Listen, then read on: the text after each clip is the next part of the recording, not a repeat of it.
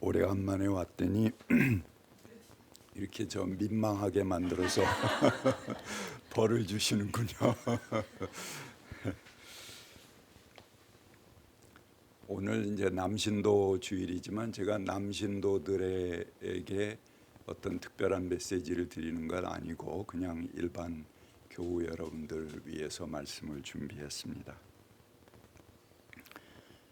우리 현대인들은 혼자는 불안해합니다. 그리고 자신의 존재에 대해서 무한히 허무감을 느끼는 것이 우리 현대인들입니다. 주변에 항상 시끄러운 소리가 들리고 사람이 벅적대야지만 안정할 수가 있습니다. 그래서 사람들이 많이 오가는 광장으로 나갑니다. 그러나 아무리 주변에서 떠들어도 아무리 웃고 즐겨도 그 가운데 서 있기는 하지만 흔쾌히 그 속에 빠져들어가 동화되기는 어렵습니다. 늘 함께 하지 못하는 깊은 고독 속에서 살아갑니다. 그럼에도 불구하고 무언가 하지 않으면 불안한 그런 증후군을 가지고 있습니다. 그러나 정작 자기에게 필요한 것은 하지 못합니다. 쓸데없는 것들로 우리들의 시간을 가득 채우고 있죠. 그럴수록 여러분들이 혼자 조용히 있는 시간을 좀 가지시길 바랍니다. 그 시간을 기도라고 해도 좋고 명상이라고 해도 좋고 침묵이라고 해도 좋습니다. 그 고요한 시간에 여러분 혼자만 있지는 않을 것입니다. 우리가 그동안 너무 분주해서 못 봐서 그렇지 조용히 그 침묵을 뚫고 응시하고 있으면은 하나님께서 여러분들을 찾아오시게 될 것입니다. 그리고 하나님도 여러분에게 하고 싶은 말을 비로소 하시게 될 것입니다. 우리가 항상 기회를 드리지 않아서 그렇지 또 빈 공간이 세우면 금방 다른 것들로 채워버리니까 그렇지 그분에게 빈 공간을 남겨드릴 수 있다면 하나님께서 우리들 안에 찾아오실 것입니다. 그래서 그분과 마음의 깊은 대화를 할 수 있기를 바랍니다. 그러면 하나님의 큰 사랑을 여러분들이 느끼게 되실 것입니다. 우리는 매일 거짓말 교향곡을 듣습니다. 이것이나 저것이 생기면 이런 조건이나 저런 조건이 이루어지면 나는 행복할 수 있을 것이다 라는 그런 거짓말을 매일 듣습니다. 그리고 그것들에 집착하고 쫓아갑니다. 그러나 우리가 걱정하는 것들에 대해서 주님은 오늘 성경 말씀을 통해서 이렇게 말씀하십니다. 너희 하늘 아버지께서는 이 모든 것이 너희에게 필요하다는 것을 아신다. 또 우리는 어떻게 기도해야 될지도 모르지만 성령께서 친히 이루다 말할 수 없는 탄식으로 우리를 대신해서 간구해 주신다라고 말합니다. 우리가 꼭 말해야지 하나님께서 아시겠습니까? 그래서 말하는 것만 하나님께서 이루어 주셨다면 아마 여기 살아있지도 못할 것입니다. 내가 알지 못하는 걸 하나님께서 그때그때 채워주시고 인도해 주셨기 때문에 우리가 나를 돌보지 못했어도 내가 이렇게 이 자리에 존재하고 있는 것 아니겠습니까? 우리의 모든 것을 낱낱이 파악하고 계신 주님이시기 때문에 그렇습니다. 그래서 오늘 마태복음 5장 32절 말씀을 보면 너희는 먼저 하나님 나라와 그의 의를 구하라. 그리하면 이 모든 것을 너희에게 더하여 주실 것이다 라고 말씀하십니다. 우리에게 밀려오는 고독감, 끊이지 않는 불안함, 삶의 염려들, 그것들로부터 우리가 자유로울 수 있는 것은 그것 한 차원 너머에 있는 세계를 볼 수 있는 눈을 가져야 됩니다. 그래서 하나님 나라와 그의 의를 추구하는 그 눈을 가질 때 우리는 내가 가지고 있는 그 삶의 염려들, 불안감으로부터 또 넘어설 수도 있는 힘을 얻게 될 것입니다. 요즘 오은영 박사가 굉장히 큰 인기를 얻고 있죠. 여러분들이 아마 TV를 통해서 많이 그분의 그 시간을 접하시리라고 생각합니다. 근데 이 오은영 박사의 스승이 되는 노경선 박사가 계십니다. 지금은 은퇴하셨지만 한국 신경정신과 분야의 아주 큰 어른이십니다.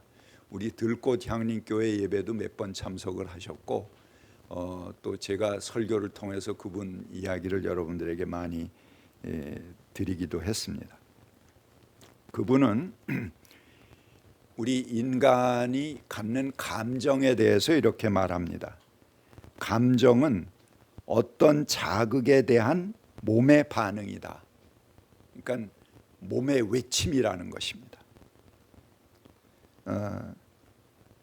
큰 자극이 되는 마음의 충격들, 극도의 분노와 슬픔들, 그런 것이 우리에게 닥칠 때 우리는 감정이 요동합니다. 그거는 온 몸의 외침이라는 거죠. 그 감정은 단순한 감정이 아니고, 근데 이런 분노나 슬픔은 시한폭탄과 같은 존재입니다. 아주 무서운 존재가 됩니다. 그걸 어떻게 우리가 다스리냐에 따라서 우리의 삶이 바뀔 수 있습니다. 사람의 마음이 막히면 무서운 폭력이 돼서 남을 해할 수도 있습니다. 그리고 우울증이 되어서 자기를 해하기도 합니다. 스스로 죽음에 이르게도 만드는 것입니다. 그 맺혀 있는 마음, 결정적인 아픔과 분노들, 그런 것이 잘못된 방법으로 뛰쳐나오게 되면 질병을 일으키고 나도 해하고 나뿐만 아니고 국가적으로도 그런 것들이 다스려지지 않으면 큰 손해를 일으키게 됩니다. 이태원 참사나 세월호 사건이나 이런 큰 사건들은 이게 단순히 그 사고를 당한 사람들에 그치지 않고 온 국가적인 재난이 됩니다. 그 사건으로 인해서 가슴 아파하는 모든 사람들의 마음이 상처를 입게 되는 것이죠. 그래서 그것이 이 케어가 되지 않고 국가적으로 관리가 되지 않으면은 큰 사회적인 질병이 되는 것입니다. 그 이제 이 우리 노경선 박사의 그런 그 이론입니다.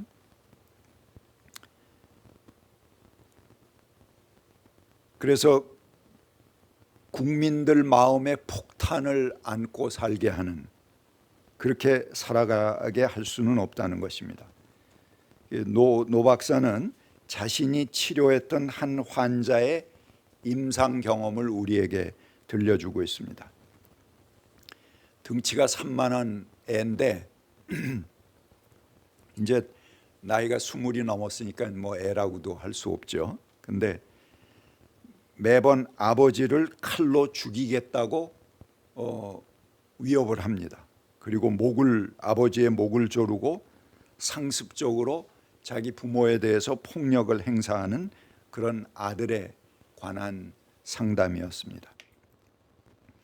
아버지가 이제 견디다 못해서 얼마나 괴롭겠어요. 자기 아들이 그렇게 달래들어 그러니까 경찰을 부릅니다. 그리고 정신병원에 아들을 격리시키는 일이 반복됩니다.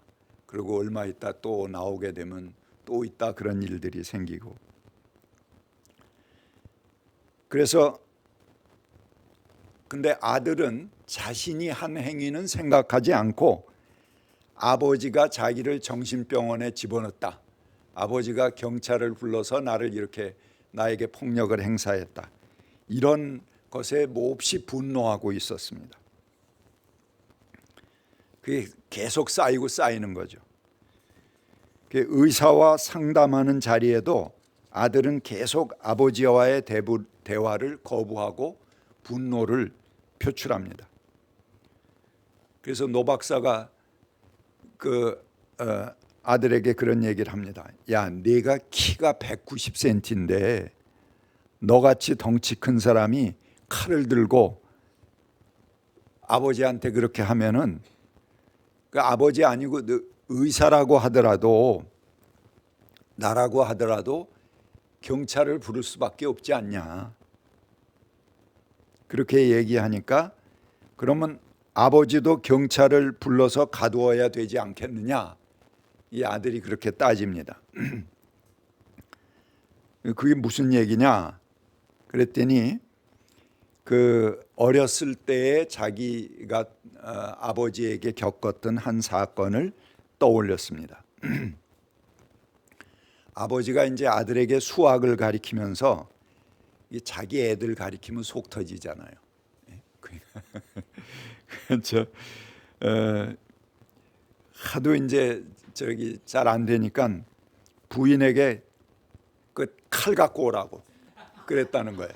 그래서 그 옆에다 놓고 이놈의 돌머리 잘라버리겠다고 그렇게 그 이야기를 하고 아들의 목을 조른 일이 있었다는 겁니다. 아버지도 그 일을 시인했습니다.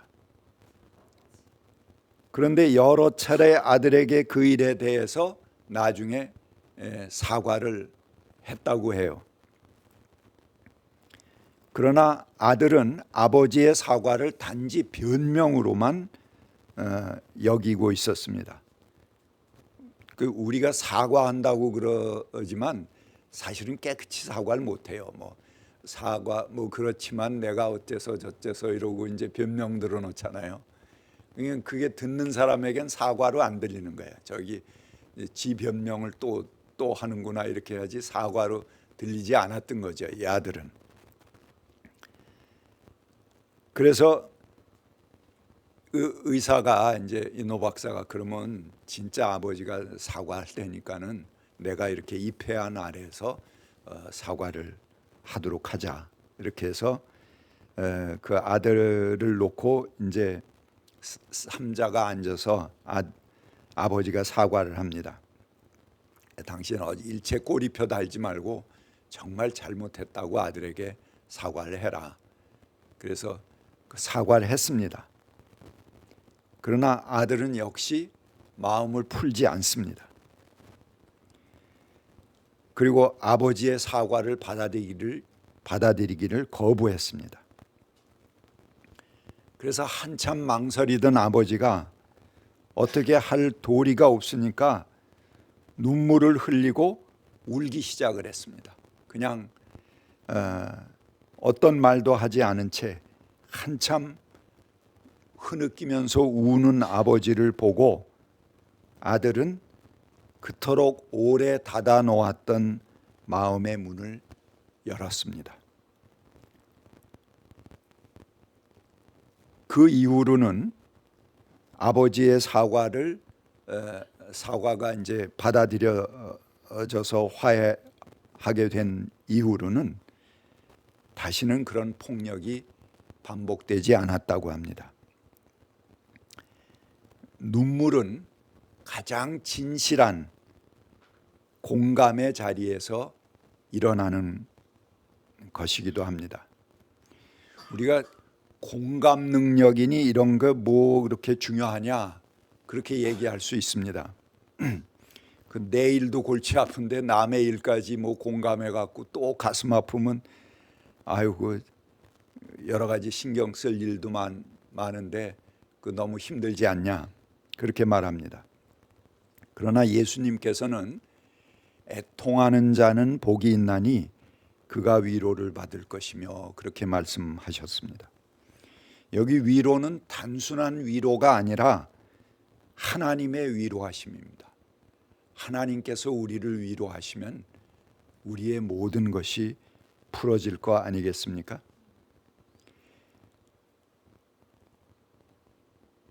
이렇게 눈물을 흘리고 다른 사람의 문제에 애통할 수 있는 사람은 자기 문제에 함몰돼서 의미 없는 시간을 살지는 않을 것입니다. 타인의 아픔에 눈물 흘릴 줄 아는 것 자체가 복입니다. 그런 사람이 자기 문제로 병들고 우울증 걸리고 아프고 그럴 수가 없죠. 자신의 삶의 방향을 상실하면서 헤맬 그런 가능성 자체가 없어지는 것입니다. 그러니 애통하는 자는 그 애통 자체가 큰 복인 것입니다. 눈물이 메마른 사람은 기쁨도 메마릅니다. 눈물을 흘릴 수 있는 사람이어야지 기쁨도 알고 감사의 마음도 갖게 됩니다. 그리고 은혜를, 하나님께서 수많은 은혜를 주셔도 그를 우리가 알지 못하면 그만 아닙니까? 근데 그 은혜를 비로소 알게 됩니다. 우리 안에 눈물이 마르면 기쁘지도 않고 감동도 없고 무슨 일들이 생겨도 별반 좋을 것도 없습니다. 그냥 그저 그렇게 덤덤하게 지낼 뿐입니다. 이것은 타인에게 좋은 점도 남에게서 좋은 점을 발견하는 눈도 멀어집니다. 나에게서 좋은 점을 찾지 못하는데 남에게서 어떻게 좋은 점을 찾겠습니까? 칭찬한 일도 없으니까 내 안에 항상 불만으로 가득 차게 됩니다. 그런 사람에겐 물론 감사와 찬양도 거리가 먼 이야기입니다. 삶의 우울함에 나락에 빠져들 뿐입니다. 그러다 잠 못 자고 그러다가 병들고 자신이 무엇을 사는지 알지도 못하는 깊은 무의미 속에 자기를 던져버리게 되는 것입니다.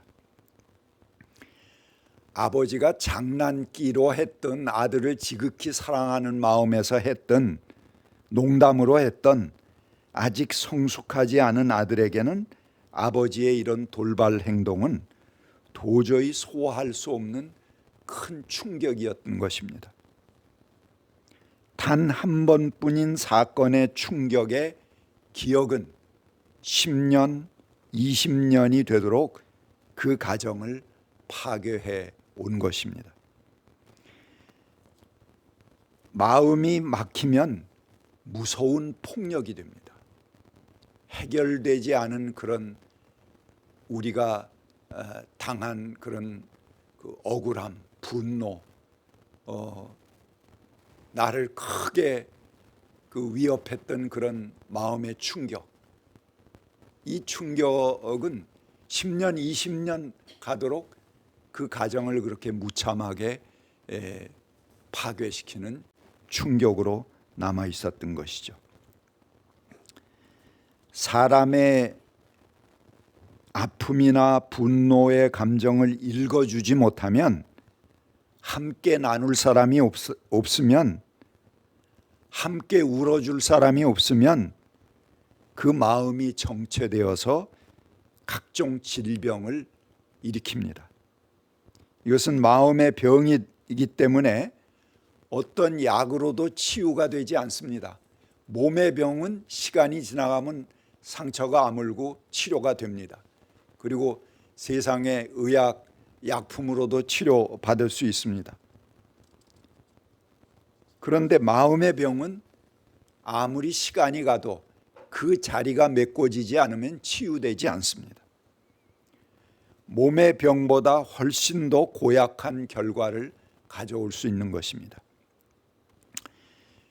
지난 몇 주 전에 그 삼풍 희생자 어머니들하고 세월호 어머니들하고 또 작년에 생겼던 제주 항공 참사 어머니가 전부 한 자리에 모였습니다.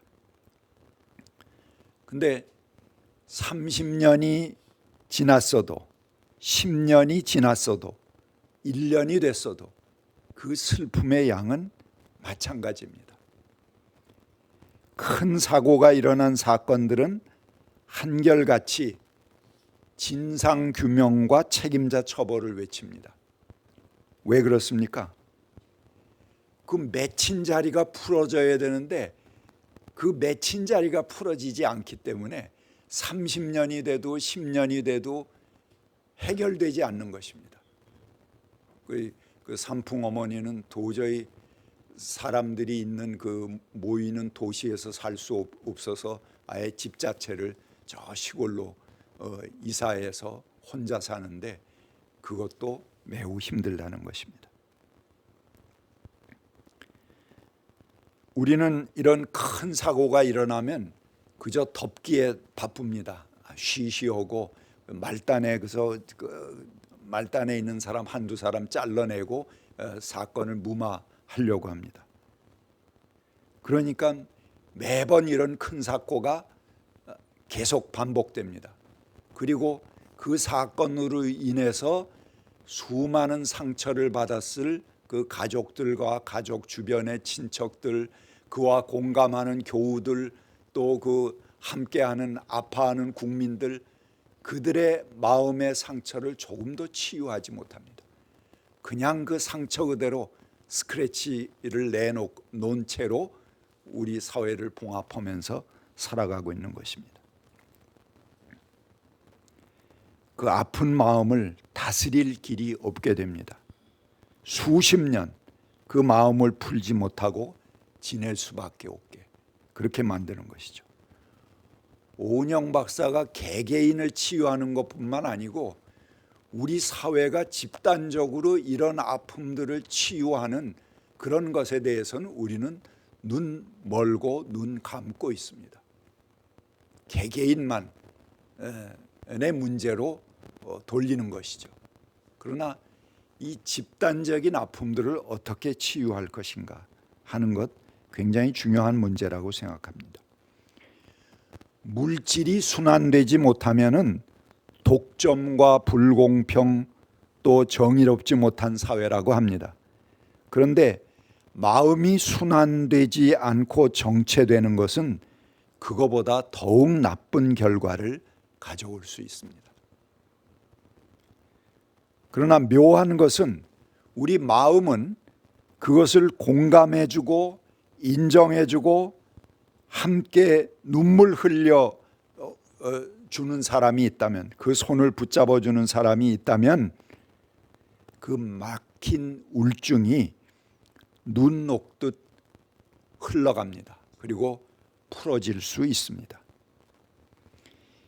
10년 이상 아버지를 폭행했던 분노도 아버지의 눈물이 진심이라고 느끼게 되면 결국은 풀어지게 되는 것입니다. 마음이 흘러가면 자신 안에 폭풍을 일으켰던 감정들이 위로받을 수 있고 그 안에 나를 세웠던 공격성들이 순한 양과 같아질 수 있습니다.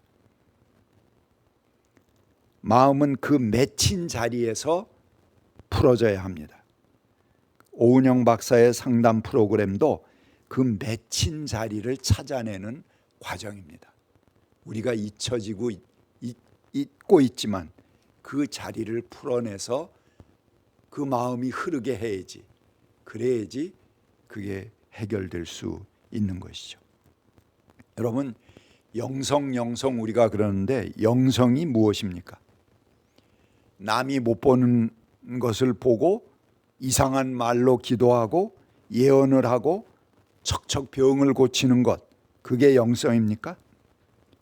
사도 바울은 그런 것 추구하지 말라고 그렇게 우리에게 이야기합니다. 방언으로 기도하지 하기를 힘쓰지 말라. 그게 바울의 가르침입니다. 성경이 말하는 영성은 기괴한 능력을 행사하는 것이 아니라 타인의 아픔에 함께하고자 하는 마음, 타인의 아픔에 함께할 수 있는 예민한 센서, 그게 바로 영성입니다.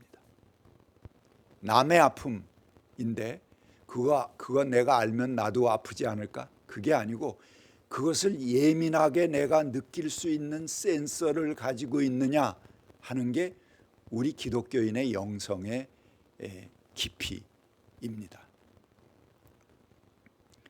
그냥 지나쳐도 좋은 일, 오히려 그냥 지나쳐야 내게 편한 일들을 굳이 시간을 내고 몸을 내어 함께 해주고 그 슬픔을 나누는 일이 바로 영성입니다. 그것이 그리스도의 마음입니다. 슬픔을 가진 분들, 그 마음이 맺힌 자리에서 함께 설 수 있는 것이 바로 영성입니다. 마음을 나누는 것이, 아픔을 나누는 것이야말로 진정한 영성인 것입니다. 우리 주변의 사람들, 그들의 가슴 속에 맺혀 있는 아픈 지점을 찾아주고, 그리고 슬픈 마음을 읽어주고 위로하고 함께 울 때, 그때 우리는 영의 사람이 될 것입니다. 제가 요새 그 4.16 합창단에 나가고 있습니다. 이 4.16 합창단이 세월호 그 부모들, 유가족들이 이제 주축이 되고 또 시민 단원들이 합세해서 이제 하는 그런 합창단입니다. 그래서 여기 1년에 한 50차례 공연을 해요. 매주 한 번씩 공연을 하는 거죠. 뭐냐면 사고를 당한 사람들, 뭐 아리셀 참사, 학동 참사, 뭐 이태원 참사, 무슨 어디서 또 그 노조의 고공농성을 한다, 뭐 이런 사람들을 찾아가서 거기서 위로하는 노래를 불러주는 것입니다. 제가 목회는 은퇴하지만 내 목회의 연장이다 이렇게 생각을 하고, 이제 설교하고 예배 인도하는 일은 너 그만두라는 것이 그 명령이니까 그건 할 수 없어도 이렇게 노래로서 그 사람들을 위로하고 함께 해야 되겠다. 그래서 4.16 합창단에 작년에 들어갔습니다. 근데 그 합창단에 그 희생된 학생 중에 창현이가 있습니다. 창현이 아빠, 엄마 두 분이 다 열심히 이 합창단 단원으로 참석합니다. 그 아빠는 별바라는 별명을 가진 아주 훌륭한 테너입니다. 교회 성가대를 오래 하셔서 이 테너를 잘합니다. 근데 그 사고 난 다음에는 교회에서 또 큰 상처를 받았어요. 그래서 두 분이 전부 교회를 안 나갑니다. 매번 모임마다 커피를 내려서 단원들에게 대접하는 그런 봉사를 그 별바, 창현 아빠가 합니다. 엄마는 고래품이라는 별명을 가지고 있는데 지난 10년간 합창단 단장을 하신 알토 단원입니다. 근데 큰 슬픔을 가진 분들이지만 언제나 유머가 넘칩니다. 그 날씨가 흐리다가 갑자기 맑아지면 그 별바가 그런 얘기를 해요. 아, 제가 전화했습니다. 뭐 제가 힘 좀 썼습니다. 그리고 얘기를 해요. 또 함께 하는 회식 자리, 뭐 공연 끝나고 이제 식사 같은 걸 같이 하게 되면은 그 별바가 그런 얘기를 합니다. 그 테이블에서 아, 저 이 테이블은 제가 다 계산했으니까 마음 놓고 드십시오. 물론 이제 합창단에서 다 제공하는 겁니다. 근데 그렇게 허세가 대단합니다. 근데 두 부부가 이렇게 열심히 합창단에 열심을 내는 이유는 누구보다도 가슴 아픈 마음을 가졌기 때문입니다. 수학 여행을 떠나기 전날 밤 여행 짐도 싸지 않은 상태에서 이 창현이가 친구들과 어울려 노는 거를 굉장히 즐겨하기 때문에 밤 12시가 넘도록 안 들어오고 부모들의 가슴을 태웠습니다. 12시 넘은 다음에 놀다가 들어온 거예요. 그러니까 그냥 아빠 엄마가 화가 나서 잔뜩 야단을 치고 퉁퉁 부어갖고 그 다음날 아침에 짐 싸갖고 수학여행을 갔는데 그것이 마지막 길일 줄을 몰랐던 것이죠. 근데 화해도 못한 채 그러고 야단쳐서 보낸 아들이 마지막 길이었습니다. 그래서 두 부부가 열심히 투쟁을 합니다. 그 아들에게 용서를 빌고 보내주어야 하는데 진상규명이 안 됩니다. 그러니까 할 말이 없습니다. 아빠가 그렇지 않아도 허세가 당당한 아빠가 이런 얘기는 좀 해야 될 거 아니에요? 야, 창현아, 그날 너희들이 당한 일들 아빠가 조사해 봤는데 이런 이유였단다. 참 어처구니 없지. 그래서 아빠가 책임자들 다 찾아내서 혼내줬어. 지금은 그 사람들 다 해고됐고 처벌받았지. 아빠가 힘 좀 썼다. 창현이도 용서하고 편안히 가라. 그리고 아빠가 전날 야단친 거 아빠 창현이 사랑하는 거 알지? 미안해 창현아. 이제 용서하고 편안히 쉬어라. 이 한마디를 할 수 있어야 되는데 못하는 겁니다. 그 한마디를 떳떳하게 하기 위해서 11년 동안이나 극한의 투쟁을 하고 있는 것입니다. 그 가족들이. 근데 창현아, 너 왜 이런 일을 당했는지 아빠는 아직 모르겠어. 누구에게 책임이 있는지도 전혀 모르겠어. 그날의 사건에 대해서 왜 그런지 난 전혀 모르겠어. 그런 상태에서 어떻게 아들한테 쉬라고, 편히 쉬라고, 이제부터 좀 편안한 마음을 가지라고 그렇게 얘기할 수 있겠습니까? 아직까지도 그 가족들 가슴에 소화되지 않은 큰 감정의 덩어리들이 꿈틀거릴 뿐입니다. 10년이 지나도 30년이 지나도 그것은 그대로 인체에 존재합니다. 진상이 규명되고 책임질 사람들이 책임지는 일이 있어야 용서를 하든 정리를 하든 마무리가 될 텐데 마무리가 되지 않는 것입니다. 아무것도 밝혀지지 않고 아무도 책임지지 않고 아직도 그 부모들은 아이들에게 할 말이 하나도 없습니다. 그냥 미안할 뿐입니다. 끊임없이 미안할 뿐입니다.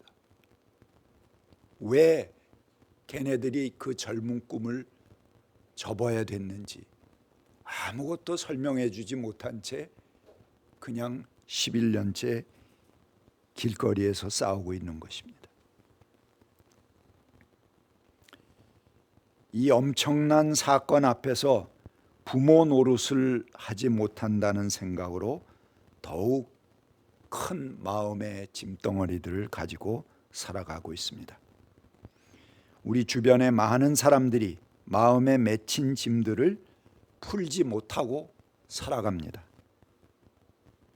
우리들의 삶이 무거운 짐진 사람들의 짐을 나누어 져주는 영적인 삶이 될 수 있기를 바랍니다.